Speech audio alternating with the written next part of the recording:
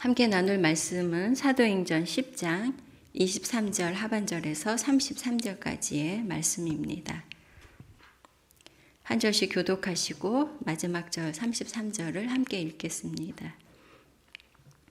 이튿날 일어나 그들과 함께 갈새 욥바에서 온 어떤 형제들도 함께 가니라.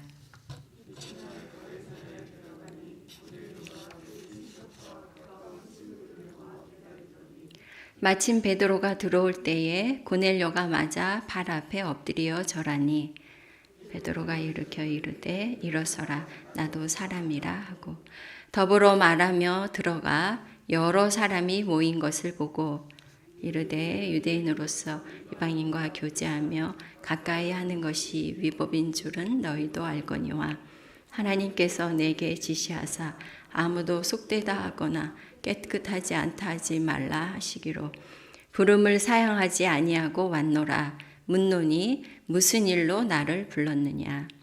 고넬료가 이르되 내가 나흘 전 이맘때까지 내 집에서 제9시 기도를 하는데 갑자기 한 사람이 빛난 옷을 입고 내 앞에 서서 말하되 고넬료야 하나님이 내 기도를 들으시고 내 구제를 기억하셨으니 욥바에 보내어 베드로라 하는 시몬을 청하라. 그가 바닷가 무두장이 시몬의 집에 유하가느라 하시기로 내가 곧 당신에게 사람을 보내었는데 오셨으니 잘하였나이다. 이제 우리는 주께서 당신에게 명하신 모든 것을 듣고자 하여 다 하나님 앞에 있나이다. 아멘. 오늘 함께 나눌 말씀의 제목은 우리를 위하시는 하나님의 열심입니다. 성도 여러분, 요즘 뭘 열심히 하고 계세요? 오늘은 하나님이 열심히 하시는 것, 하나님의 열심에 관해서 함께 말씀을 나누고자 합니다. 오늘 사도행전 10장의 일부분을 읽었지만 사도행전 10장 전체를 보면요. 베드로와 고넬료가 만나는 그 과정, 그리고 베드로의 설교를 듣고 고넬료와 그 가정이 구원을 얻는 사건을 48절, 거의 50절에 가까우게 꽤 길고 그리고 상세하게 기록하고 있는 것을 볼 수가 있습니다. 이 사건을 사실은 몇 구절로도 간단하게 기록할 수 있을 텐데 왜 이렇게 길게 기록을 했을까 이렇게 생각하면서 이렇게 본문을 찬찬히 보다가 하나님께서 고넬료를 구원하시는 일을 참 열심히 하셨구나라는 생각이 들었습니다. 그리고 그 다음에 드는 생각은 이것은 고넬료의 경우만이 아니라 우리의 구원을 위해서도 하나님께서 이처럼 열심히 일하신다는 사실을 또한 깨닫게 되었습니다. 그래서 오늘 본문을 통해서 우리를 위하시는 하나님의 열심이 어떤 것인지 그리고 우리에게 주시는 메시지가 무엇인지를 함께 살펴보고자 합니다. 우리를 위하시는 하나님의 열심, 그 첫째는 구원 계획에 담긴 하나님의 열심입니다.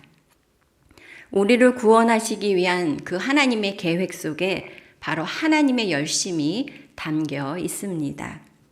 본문을 찬찬히 살펴보면 하나님께서 유대인 베드로와 또 이방인 고넬료가 만나는 과정을 정말 치밀하게 계획하신 것을 알 수가 있습니다. 완벽한 타이밍이라고 할 수가 있죠. 우선 고넬료는 기도 중에 하나님의 사자를 만납니다. 3절에 보면 하루는 제9시쯤 되어 환상 중에 밝히 보매 이 고넬료라고 하는 사람은 계속 그 유대인의 정한 기도 시간마다 기도를 하고 있었고 그 기도 시간 중에 하나인 이 제9시에도 기도하다가 환상을 보게 되고 천사의 음성을 듣게 됩니다. 그런데 이렇게 기도하는 일에 열심을 내고 유대교의 열심이었던 고넬료였지만 그는 예수님을 모르는 사람이었습니다. 그렇기 때문에 하나님께서는 고넬료에게 복음을 들려주시기 위해서 이렇게 계획을 하신 것을 볼 수가 있고 또 사자를 보내서 욥바에 있는 베드로를 청하라 이렇게 말씀을 하셨습니다. 신기한 것은 아니면 또 우리가 생각해 봐야 할 것은 하나님은 천사를 보내서 고넬료에게 베드로를 청하라는 것을 말씀하셨지만 천사가 직접 복음을 전해주지는 않았다는 사실입니다. 또 한편 요빠에 머물고 있던 베드로는 고넬료가 보낸 사람들이 이 요빠 성에 근접해 왔을 때, 가까이 왔을 그때에 기도하러 지붕에 올라가게 됩니다. 그리고 그것에서 기도하다가 3번의 환상을 보는데요. 그 환상은 보자기 같이 생긴 것에 유대인들은 먹지 않는 부정하다고 여기는 그런 짐승들을 이렇게 그 보자기에 담아서 베드로에게 내려 보여주시면서 잡아먹으라 하는 음성이 들리는 그런 환상을 보게 되는 것이죠. 그 환상을 3번이나 보게 됩니다. 그리고 자신이 본 환상이 도대체 이게 무슨 뜻이지? 이렇게 의아해하고 있을 그때에 마침 그때 고넬료가 보낸 사람들이 베드로가 묵고 있는 시몬의 집에 도착을 해서 이제 베드로를 찾게 됩니다. 그리고 계속해서 베드로는 도대체 이 환상의 의미가 뭘까? 처음에는 당황스럽고 의아하다가 그 의미를 골똘하게 생각하는 바로 그 생각하는 때에 하나님께서 말씀하십니다. 너를 찾는 사람들과 함께 가라. 내가 그들을 보냈다.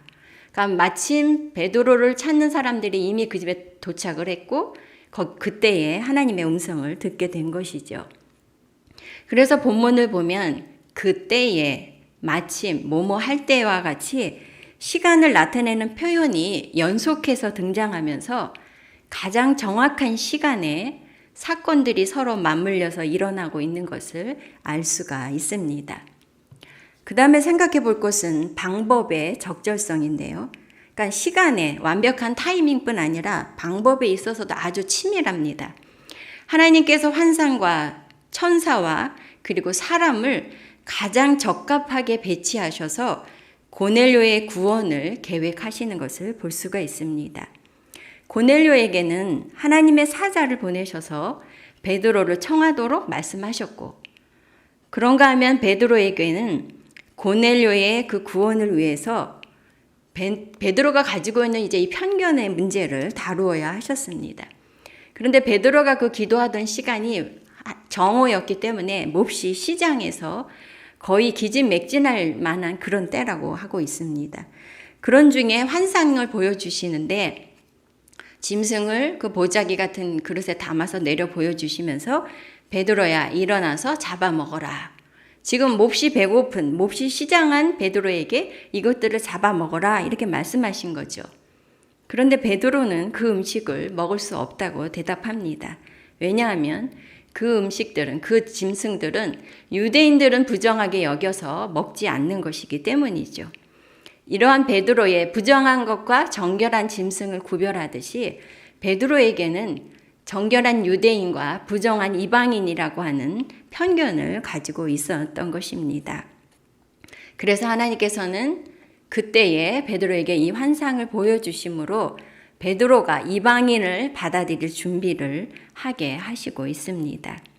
하나님께서 고넬료를 구원하시려는 계획으로 고넬료 편에 그리고 베드로 편에 이 양편에서 얼마나 적합한 방법으로 열심히 일하고 계신가를 알 수가 있는 것이죠.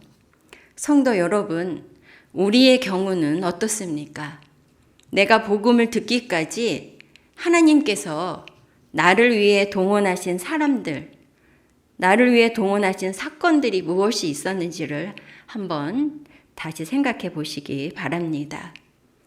한 통계에 의하면 한 사람이 예수님을 영접하기까지는 평균적으로 4사람이 그 사람에게 복음을 전한다고 합니다. 그러니까 어떤 사람은 한 번만 듣고도 영접할 수 있지만 평균적으로 4사람이 복음을 전했다면 혹 어떤 사람은 정말 수십 번의 복음을 전해주는 그런 수고를 통해서 예수님을 믿게 될 수도 있다는 것이죠. 어쨌든 하나님께서는 이렇게 치밀하게 우리의 구원을 위한 계획을 준비하고 계신 것입니다. 우리가 우연이라고 생각했을지 모르지만 하나님의 치밀하신 계획이 있었고 가장 완벽한 타이밍과 그리고 내게 가장 적합한 방법으로 하나님께서 나의 구원을 이루셨다는 것을 알 수가 있는 것이죠. 하나님이여, 주의 생각이 내게 어찌 그리 보배로우신지요. 그 수가 어찌 그리 많은지요. 내가 세려 할지라도 그 수가 모래보다 많도소이다. 시편 기자는 우리를 위한 하나님의 생각이 깊고 그 수가 헤아릴 수 없이 많다고 고백합니다. 하나님께서 나 한 사람의 구원을 위해 정말 많은 생각과 많은 계획을 가지고 계시고 그 계획을 이루시는데 열심이시라는 말씀입니다. 하나님께서 그러면 왜 우리를 구원하시려는 계획에 이렇게 열심을 내시는 것입니까? 그것은 바로 우리를 향한 하나님의 관심과 사랑 때문입니다. 우리를 구원하시는 하나님의 열심에 하나님의 뜨거운 사랑이 담겨 있음을 우리는 알아야 하겠습니다. 우리를 위하시는 하나님의 열심 두 번째는 설득하시는 하나님의 열심입니다. 하나님은 강요가 아니라 설득을 통해 우리를 구원하십니다. 복음을 위해서는 고넬료와 베드로 사이에 극복해야 할 장벽이 있다고 말씀드렸는데요. 하나님은 이 장벽을 없애시는데 강압적인 방법이 아니라 설득을 통해 제거하시는 것을 볼 수가 있습니다. 먼저 하나님께서 천사를 보내서 고넬료를 설득하십니다. 물론 본문에는 그렇게 과연 고넬료가 설득을 당했나, 하나님이 그렇게 고넬료 설득했나 직접적인 표현은 없지만 하나님이 천사를 보내셔서 말씀하시기를 천사가 이르되 내 기도와 구제가 하나님 앞에 상달되어 기억하신 바가 되었으니 내가 지금 사람들을 요바에 보내서 베드로라 하는 시몬을 청하라고 말씀하십니다. 고넬료는 로마의 군인으로서 이 유대에 머물고 있으면서 유대교에 참여했던 것 같습니다. 그리고 그는 선행을 많이 하는 등 종교적인 열심이 있었습니다. 하지만 그것으로는 구원을 얻을 수 없기 때문에 하나님께서 그에게 복음을 들려주시기 위해서 유대교인인 고넬료가 기독교인인 그리스도인인 베드로를 청하도록 설득하신 것입니다. 사실은 유대인이 또 이 기독교인을 만나고 자기 집에 부른다는 것이 쉬운 일이 아니었거든요. 다른 한편 베드로가 이방인에 대한 편견을 깨고 하나님께서 이방인도 하나님의 백성으로 삼으신다는 것을 받아들이도록 하나님은 동일한 환상을 3번이나 보여주시고 또 그에게 직접 말씀하시기까지 하셨습니다. 하나님께서 깨끗하게 하신 것을 내가 속되다 하지 말아라. 이렇게 설득하신 거죠. 그러나 베드로가 3번의 환상에도 깨닫지 못하고 주저하니까 내려가 의심하지 말고 가라. 함께 가라. 내가 그들을 보내었느니라 하고 또 설득하셔서 고넬료에게 보내시고 있습니다. 하나님의 설득으로 고넬료는 베드로를 청했고 베드로는 유대인으로서 이방인과 교제하며 가까이 하는 것이 위법, 이 위법이라는 하나님 말씀이라기보다는 유대인들의 관습이고 전통이라고 할 수 있습니다. 유대인들이 아주 중요하게 여기는 전통이죠.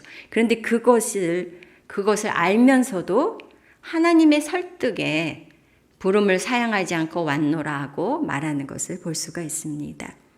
하나님께서는 베드로에게 내가 너를 보내니 아무 말 하지 말고 가라 이렇게 명령하지 않으셨습니다. 하나님께서는 번거롭고 수고스럽지만 기다려주시고 반복하시면서 우리를 설득하십니다. 우리를 설득하시는 것은 하나님께서 우리를 존중하신다는 것을 의미한다고 할 수 있겠습니다. 하나님은 진리에 대해서는 단호하십니다. 예수 외에는 구원이 없다고 하십니다. 그래서 고넬료가 아무리 경건하고 구제하고 선을 많이 행했지만 바로 복음이 필요했습니다. 그러나 고넬료가 복음을 듣기까지는 하나님은 무척 유연함을 보이시는 것을 알 수가 있습니다. 강압적이고 폭력적으로 하시는 것이 아니라 설득하시는 것이죠. 복음을 들어야 하는 고넬료도 또 복음을 전해야 하는 베드로도 하나님께서 설득하십니다. 그런데 주목할 것은 고넬료를 설득하는 것보다 베드로를 설득하기가 더 수고스러웠다는 것이죠. 오늘날 하나님께서 우리가 복음을 전하도록 우리를 설득하시는 것이 이처럼 몇 배나 더 번거로운 것은 아닐지 모르겠습니다. 그만큼 우리가 하나님의 열심에, 하나님의 마음에 무디고 우리의 마음이 완고한 것은 아닌지 돌아보게 되는 것입니다. 성도 여러분, 하나님께서 저와 여러분을 어떻게 설득하셨습니까? 사람들을 통해 또 여러 사건을 통해 우리를 설득하셔서 지금 우리가 이곳에 있습니다. 더불어 하나님께서는 우리가 복음을 전하도록 또한 우리를 설득하십니다. 하나님께서는 더디고 번거롭더라도 우리를 존중하시고 인격적으로 대우하셔서 그래서 우리를 설득하십니다. 우리도 구원은 오직 예수님만으로 얻는다는 단호함을 견지하면서도 복음을 전하는 태도에는 유연함을, 다시 말하면 기다림과 인내와 끈기를 가질 수 있기를 간절히 바랍니다. 하나님의 구원 계획에 담긴 하나님의 열심과 또 설득하신 하나님의 열심이 우리에게 주는 메시지는 그럼 무엇입니까? 셋째로 하나님의 열심에 응답하라입니다. 하나님의 열심에 응답한 고넬료는 구원을 얻었고 하나님의 열심에 설복한 베드로는 복음을 전했습니다. 고넬료는 베드로를 청하라는 말씀에 신속하게 반응해서 자신의 종과 부하를 욥바까지 보냈고 거의 9시간 걸리는 거리라고 합니다. 자신뿐 아니라 친척과 가까운 친구들까지 불러서 베드로를 기다렸습니다. 33절 말씀, 내가 곧 당신에게 사람을 보내었는데 오셨으니 잘하였나이다. 이제 우리는 주께서 당신에게 명하신 모든 것을 듣고자 하여 다 하나님 앞에 있나이다. 베드로가 도착했을 때 고넬료는 베드로의 발 앞에 엎드렸습니다. 여러분 생각해 보시기 바랍니다. 지배국의 군인 장교가 피지배국의 평민에게 무릎을 꿇고 조아렸다는 것, 엎드렸다는 것입니다. 뿐만 아니라 하나님의 말씀을 청종할 준비를 하고 말씀을 기다렸습니다. 고넬료는 자신을 구원하기 위해 계획하시고 설득하시는 그 하나님의 열심을 받아들이고 순복함으로 복음을 듣고 구원의 은혜를 누리게 되었습니다. 또한 베드로는 하나님께서 3번이나 환상을 보여주시고 또 말씀하시고 설득하시자 하나님께 설복하고 멀리 가이사랴까지 갑니다. 이 가이사랴는 당시에 거의 로마, 유대 땅이면서도 거의 로마의 도시화되어진 그런 이방인의 장소와 같은 곳이었습니다. 바로 그곳에 가서 고넬료의 집으로 들어간 것이죠.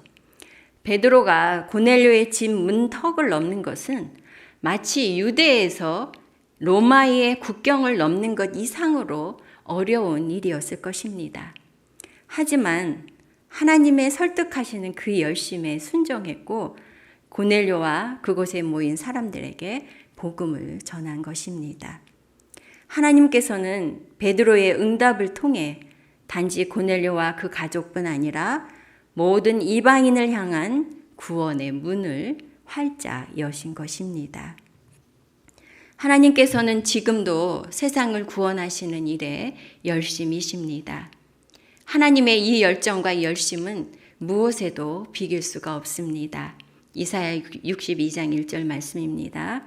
나는 시온의 의가 빛같이 예루살렘의 구원이 횃불같이 나타나도록 시온을 위하여 잠잠하지 아니하며 예루살렘을 위하여 쉬지 아니할 것인즉 하나님께서는 온 세상에 하나님의 나라, 하나님의 구원이 임할 때까지 쉬지 않으시겠다고 말씀하고 계십니다.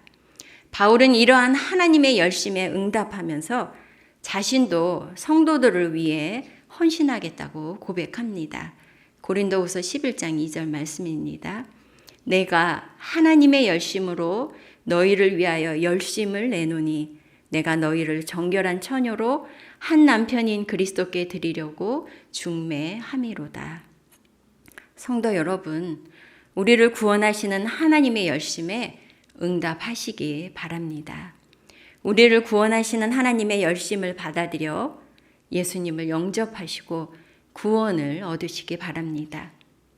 또한 세상을 구원하시는 하나님의 열심을 본받아 우리도 복음을 전하고 영혼을 구원하는 일에 열심을 내어야 하겠습니다. 말씀을 마무리하겠습니다. 우리를 구원하시기 위한 치밀한 계획 속에 하나님의 열심이 담겨 있습니다. 하나님은 강요가 아니라 설득을 통해 우리를 구원하시고 우리를 권면하십니다.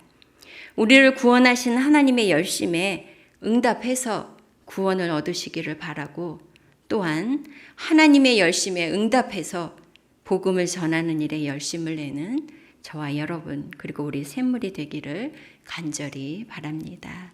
아멘. 주신 말씀 기억하면서 우리가 기도의 자리로 나아가려고 하는데요. 먼저 찬송으로 먼저 하나님께 올려드리겠습니다.